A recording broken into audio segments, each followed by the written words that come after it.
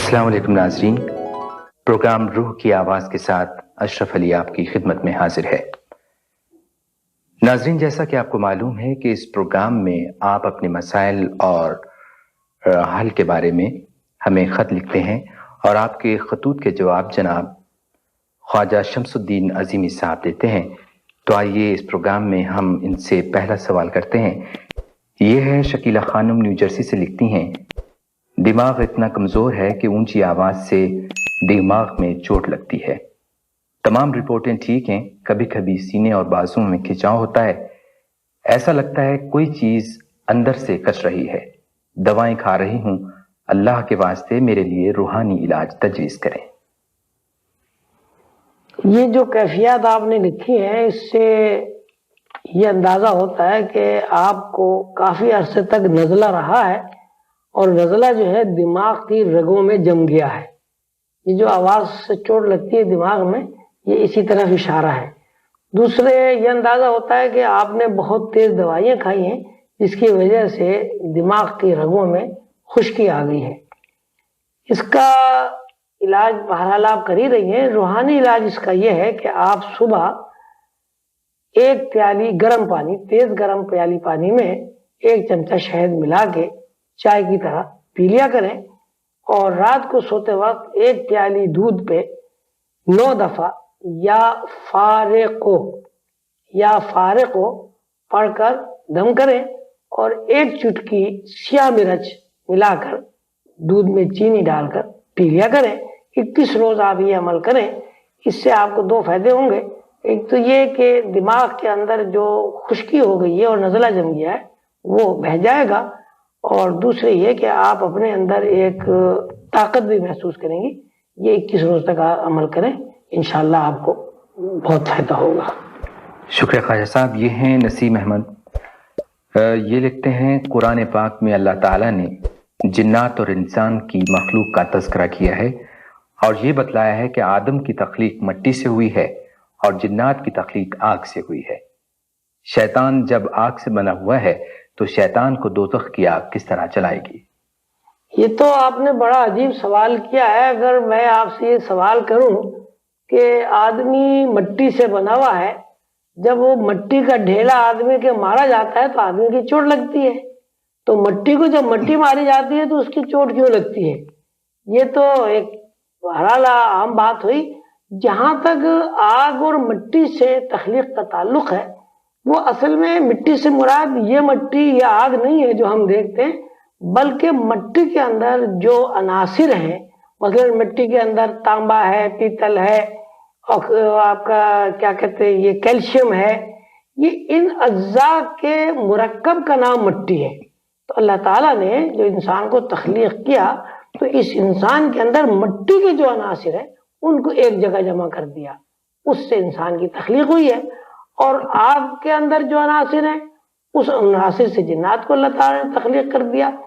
اب آگ میں اس لیے وہ آدمی جل جائے گا، بالکل اسی طرح جس طرح مٹی کا ایک ذرہ ہوتا ہے، آپ اسے مٹی میں پیس دیں اس کے ذرات میں تبدیل ہو جاتا ہے، اس طرح آگ میں تبدیل ہو جاتی ہے۔ یہ کوئی آگ کا مطلب یہ نہیں ہے کہ بھڑکتی ہوئی آگ سے جنات کو بنا دیا گیا۔ آگ کے جو عناصر ہیں ان سے جنات کی تخلیق ہوئی ہے، اور مٹی کے جو عناصر ہیں ان سے انسان کی اور آدم کی تخلیق ہوئی ہے۔ یہ ہیں جناب محمد امین بروکلین سے، لکھتے ہیں، خواجہ صاحب آپ نے اپنی کتاب جنت کی سیر میں بتایا ہے کہ انسان کی آدھی زندگی خواب میں گزرتی ہے اور آدھی زندگی بیداری میں۔ اس کا مطلب یہ ہوا جو کچھ ہم خواب میں دیکھتے ہیں وہ صحیح ہوتا ہے، جبکہ فرائڈ کہتا ہے کہ خواب نا آسودہ خیالات کی فلم ہوتی ہے۔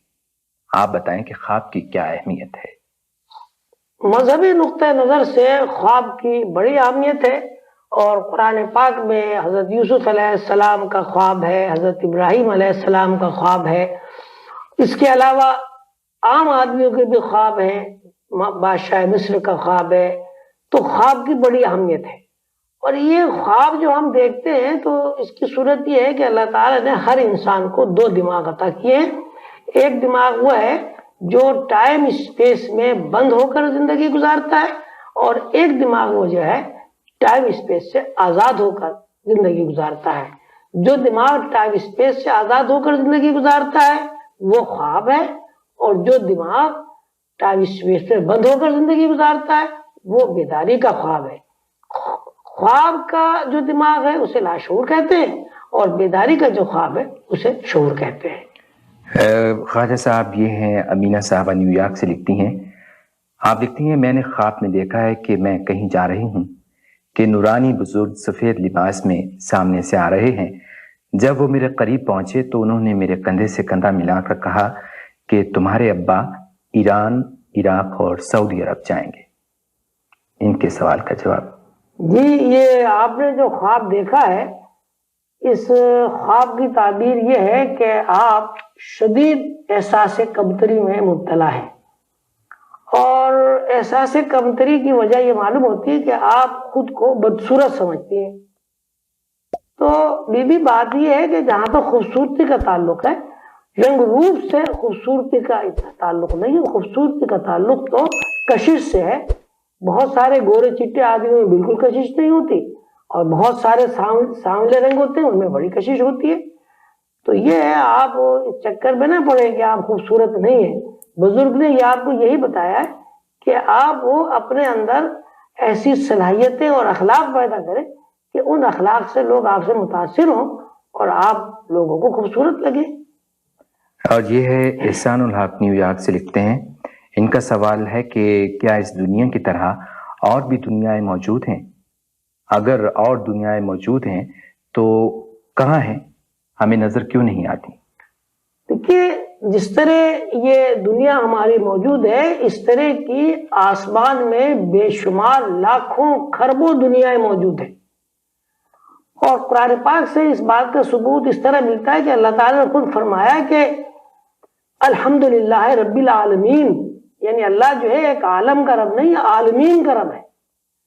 پھر ایک جگہ اللہ تعالیٰ فرماتے ہیں رب المشرقین و رب المغربین، کہ بہت سی مشرق ہیں اور بہت سی مغرب ہیں۔ اسی طرح رسول اللہ صلی اللہ علیہ وسلم کے بارے میں اللہ تعالیٰ نے فرمایا ہے وَمَا أَرْسَلْنَاكَ إِلَّا رَحْمَةً لِّلْعَالَمِينَ، کہ ہم نے رسول اللہ صلی اللہ علیہ وسلم کو تمام عالمین کے لیے رحمت بنا کر بھیجا۔ تو قرآن پاک کے نقطۂ نظر سے اس دنیا کی طرح بے شمار دنیا موجود ہیں، اور روحانی لوگ ان دنیاؤں کا مشاہدہ کرتے ہیں۔ وہ نظر اس لیے نہیں آتی کہ ہم نے کبھی ان کو دیکھنے کی کوشش ہی نہیں کی۔ دیکھیے نا، ہم بیٹھے ہوئے ہیں، اگر ہم کبھی اپنے پشت کی طرف نہ دیکھیں تو ہمیں کبھی پتہ نہیں چلے گا کہ ہمارے پیٹھ کے پیچھے کیا ہے۔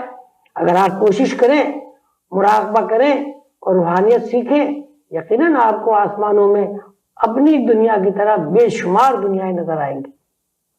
شکریہ خواجہ شمس الدین نظیمی صاحب، آپ نے ہمارے ناظرین کے خطوط کا جواب دیا۔ تو ناظرین، اس کے ساتھ ہی پروگرام روح کی آواز ختم ہوا۔